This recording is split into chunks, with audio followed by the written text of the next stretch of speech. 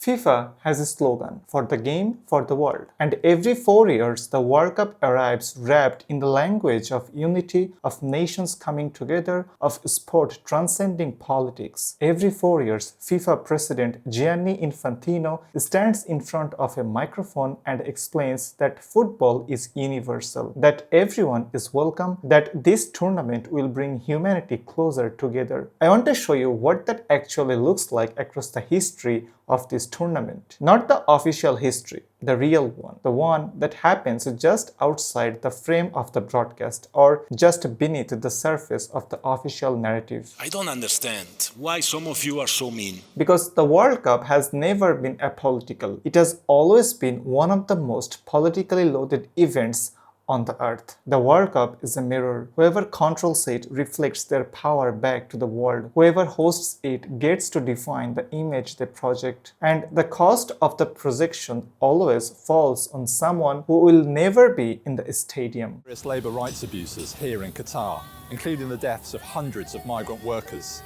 Today, we go through 5 moments in the World Cup history that prove it. Not the goals, not the upsets, but the political architecture underneath the sport. Let's start in 1934 in fascist Italy, because this is where the template was set. Benito Mussolini understood something that FIFA's founder apparently didn't anticipate. A global sporting event is a global propaganda opportunity. When Italy owned the right to host the second World Cup, Mussolini didn't just want Italy to host. He wanted Italy to win, and he was prepared to use every lever of state power to make sure it happened. The physical transformation of Italy for the tournament was total. 8 cities hosted matches. New stadiums were constructed. 300,000 propaganda posters blanketed the country. Postage stamps bore World Cup imagery. A cigarette brand was renamed Campionato del Mondo, World Championship. The final was held in the stadium of the National Fascist Party in Rome before Mussolini in person. Before every match, referees were required to perform the fascist salute in the center of the field on the dictator's command. Then there is the question of the results. Italy won, and the path to lead that victory was paved with refereeing decisions that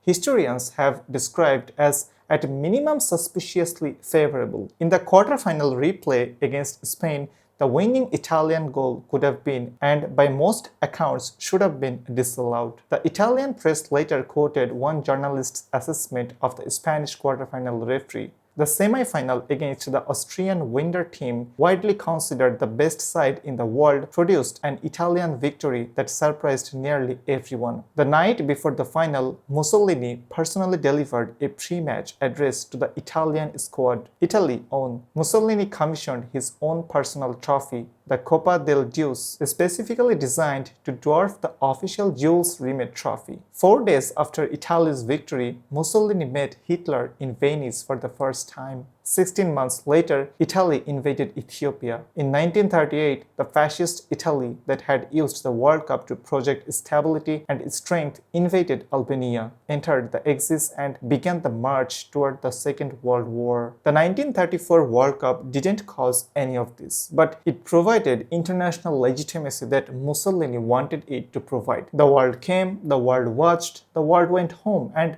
the dictatorship continued. In December 2025, FIFA President Gianni Infantino presented Donald Trump with the inaugural FIFA Peace Prize. 2 months later, the US and Israel struck Iran. Iran's sports minister said participation in the World Cup was definitely not possible. FIFA's response was to insist that everyone was welcome and the tournament would proceed. The institution that gave Mussolini's Italy a global stage in 1934 gave Trump's America a Peace Prize in 2025. The form is identical, only the names have been changed.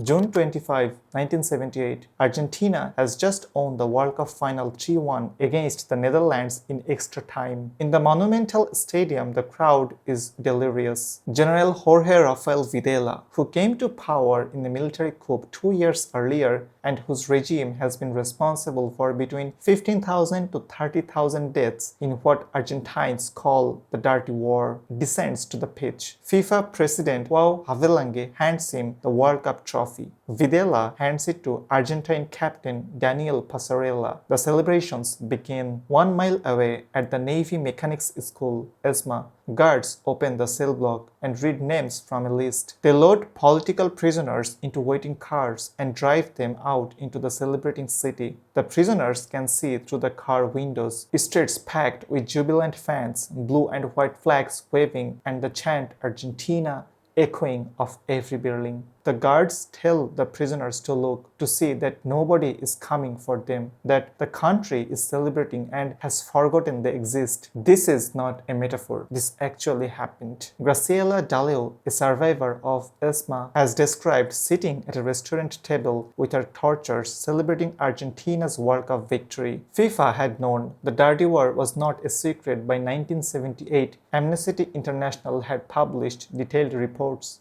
Human rights organizations had called for a boycott. The Netherlands and Sweden had publicly debated whether to participate. Argentina's interior minister had confirmed in September 1977, 9 months before the tournament, that 5,618 people had recently disappeared. FIFA's response was to proceed. The junta had hired American PR firm Burson Marsteller on a $1 million retainer specifically to manage the tournament's international image. The campaign worked. The Swedish national coach, after his stay in Argentina, called it marvelous. The reporters, the fans, the players all left. Argentina's image was refurbished. The disappearance continued. 50 people disappeared in the month of the World Cup alone, and 9 of them were pregnant women. In 2026, advocacy groups issued travel advisories warning that visitors to the US for the World Cup may face arbitrary detention or deportation.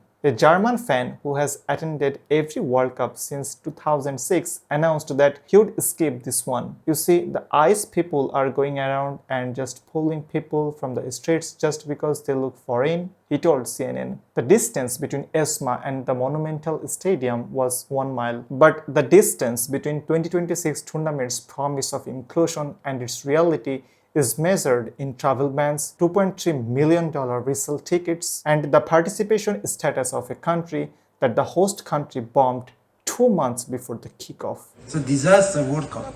The World Cup has always been shaped by who isn't there as much as by who is. The 1934 tournament was the first to require qualification, and immediately it was boycotted. Uruguay, the defending champions from 1930, refused to participate. Their grievance was political. European nations had largely refused to travel to Uruguay for the first World Cup, and Uruguay responded in kind. The reigning world champion didn't defend their title. To this day, this is the only time that a defending champion has not participated in this tournament.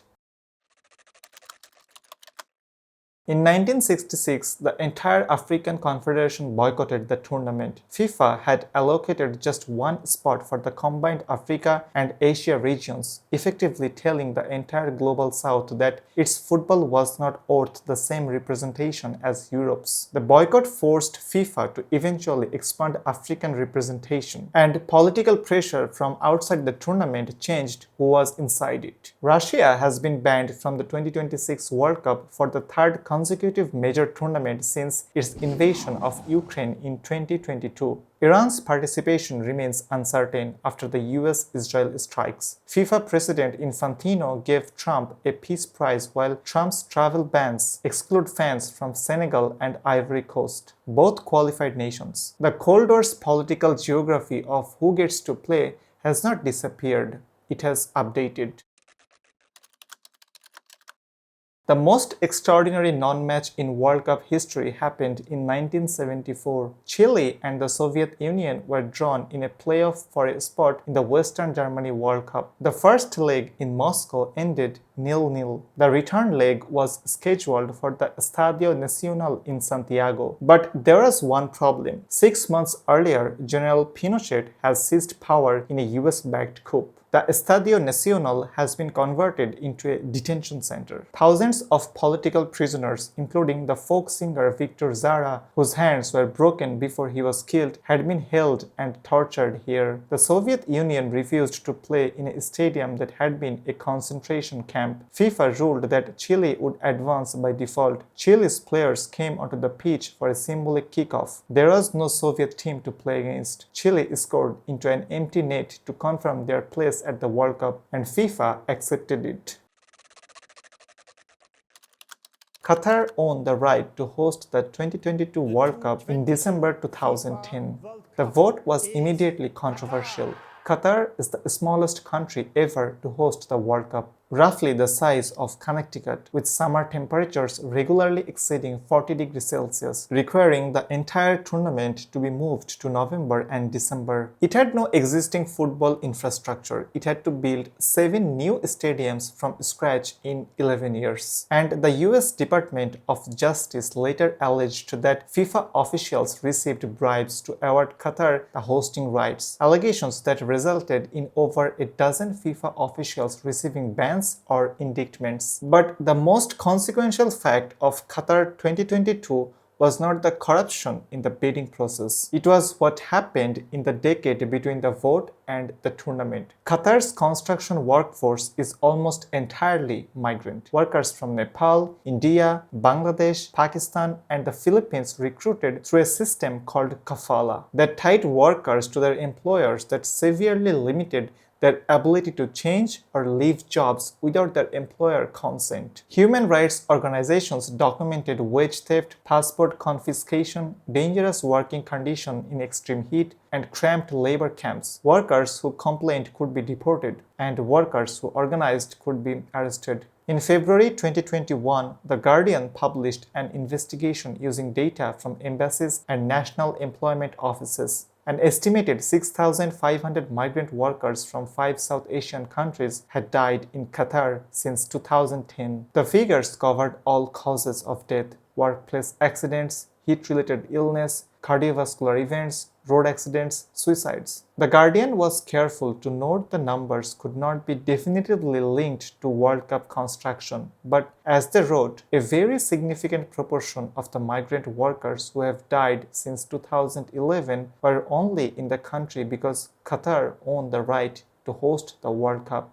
FIFA's response was to generate $6 billion in revenue from the tournament. A FIFA commissioned report released after the tournament ended found that severe human rights impacts did ultimately occur in Qatar from 2010 through 2020, and that a credible argument can be made that FIFA contributed to some of the impacts. It recommended FIFA to use its $50 million Qatar Legacy Fund to compensate the affected workers. $50 million for 6,500 lives. But that's not the funniest part. FIFA announced the fund would instead be used for international development projects. When a Qatari official was asked about a worker's death during the tournament itself, he said, "Death is a natural part of life, whether it's at work, whether it's in your sleep. Of course, a worker died." So you can see how absurd it was. FIFA's next major host after 2026, Saudi Arabia, in 2034. FIFA's own human rights evaluation rated Saudi Arabia as medium risk. It called the bid a very strong all-round proposition. The next chapter of the pattern is already written.